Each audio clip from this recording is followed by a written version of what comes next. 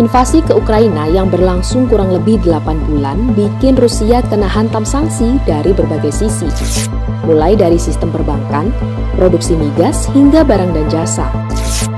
Semua dilakukan agar kekuatan Rusia melemah, sehingga invasi bisa dihentikan. Tapi di antara semua embargo itu, Rusia sangat terusik ketika negara-negara barat menyentuh satu hal, berlian.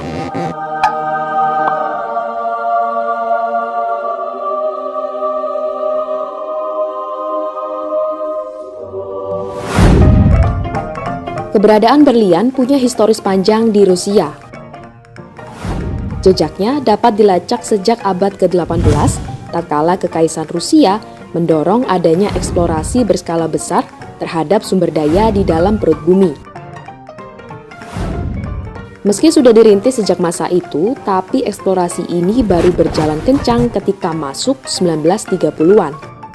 Ini Vladimir Sobolev. Dia adalah ilmuwan yang risetnya menyebut bahwa ada kesamaan geologis antara dataran Siberia dan Afrika Selatan. Riset Sobolev kemudian jadi dasar eksplorasi yang menuntun pada temuan berlian pertama di Yakutia. Dari Yakutia, eksplorasi berlanjut dan lahirlah tempat penyimpanan berlian pertama di Rusia, Zarnitsa. Potensi berlian ini diendus juga oleh De Beers Group, perusahaan internasional yang bermarkas di London. De Beers mulai beroperasi di Rusia sekurang-kurangnya sejak tahun 1950-an. Eksplorasi berlian di Rusia mayoritas dilakukan di wilayah utara, tepatnya di Siberia. Para penambang dan ilmuwan meyakini bahwa di lokasi ini ada berlian beku dalam kapasitas yang begitu besar. Akan tetapi, eksplorasinya sendiri penuh tantangan. Para penambang harus berhadapan dengan suhu dingin hingga minus 60 derajat Celcius. Infrastruktur seperti jalan juga nihil, selain jarak ke lokasi tambang yang sangat jauh. Nggak ketinggalan, biaya investasi untuk eksplorasi yang sangat mahal, bahkan bisa sentuh lebih dari 1 miliar US dollar. Meski begitu, eksplorasi terus berlanjut, mengingat potensi cuan dari berlian yang menggiurkan.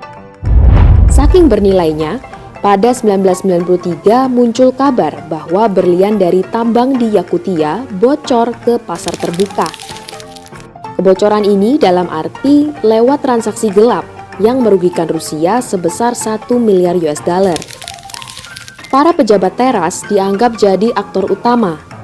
Mereka menimbun berlian dalam tempat rahasia dan kemudian dijual ke Amerika Serikat tanpa lewat jalur otoritas resmi. Ketika Uni Soviet kolaps pada 1991, eksistensi berlian nggak ikut pudar. Pada 1992, pemerintah mendirikan Alrosa, BUMN yang fokus urus berlian. Perusahaan ini beroperasi di Yakutia, sebelah barat Arkaleng sampai Afrika. Perlahan tapi pasti, Alrosa menjelma jadi raksasa berlian dunia. Mereka memegang lebih dari 90% produksi ekstraksi berlian Rusia dan 28% di ranah global. Angka tersebut unggul tipis di atas De Beers Group yang kuasai 25% produksi berlian global. Per 2021, cadangan berlian Rusia capai 1,1 miliar karat. Ini jadikan mereka sebagai negara dengan simpanan berlian terbesar di dunia. Sementara, dari sisi valuasi produksi, punya Rusia begitu jumbo, alias sentuh 2 triliun US dollar. Nah, dari sini kita bisa lihat betapa Rusia nggak ingin urusan berliannya diusik siapapun. Karena pada akhirnya, berlian ini jadi sumber untuk ongkosi invasi mereka ke Ukraina. Caranya, ya menggunakan tangan Alrosa. Dengan jatuhnya rubel, mata uang Rusia akibat embargo sana-sini, akses ke mata uang asing kian penting. Peran Alrosa sebagai BUMN sudah teruji sejak 2018, ketika mereka mulai bertransaksi pakai euro sampai yuan. Hal ini dipertahankan kala Rusia memutuskan untuk serang Ukraina. Transaksi sebut satu laporan ditempuh lewat mata uang asing yang ditransfer lewat bank di Jerman, Italia, sampai Uni Emirat Arab. Uang yang dihasilkan lewat transaksi itu sebagian besar diubah jadi keuntungan perusahaan, sementara sisanya dipakai untuk memodali angkatan perang Rusia. Ini terungkap lewat laporan surat kabar Belgia, HLN, yang sebut bahwa Alrosa telah membayar sejumlah uang selama bertahun-tahun untuk meningkatkan kesiapan tempur kapal selam Rusia. Uang dari Alrosa juga dipakai untuk bantuan material kepada personel perang. Untuk tahu kenapa Alrosa terlibat dalam misi invasi ini, meski secara tidak langsung, kita harus lihat konteks relasi perusahaan tersebut dengan pemerintah Rusia. Orang nomor satu Alrosa, Sergei S. Ivanov, adalah sirkel Presiden Vladimir Putin. Ia juga masuk dalam daftar pertama oligark yang disanksi AS setelah invasi terjadi.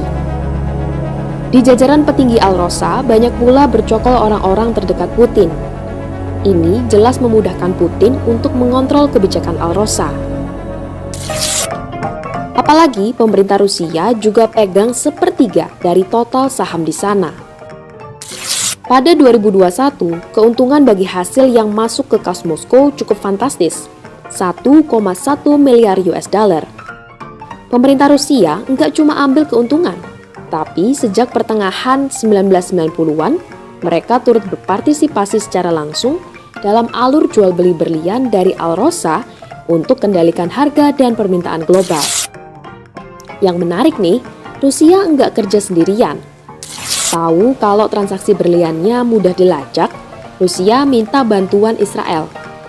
Investigasi Haaretz kasih gambaran kurang lebih begini. Para pedagang berlian Israel ambil berlian kasar dari Alrosa. Berlian ini kemudian dikirim ke beberapa negara seperti Belgia dan India untuk dipoles. Ketika sudah jadi, berlian ini dijual ke pasar Amerika Serikat menggunakan embel-embel berlian India atau berlian Belgia. Meski dalam kenyataannya, berlian itu diambil dari Rusia. Penggunaan identitas non-Rusia diambil agar barang nggak kena tackle oleh bea cukai Amerika Serikat. Dorongan untuk beri sanksi ke berlian Rusia pun muncul ke permukaan.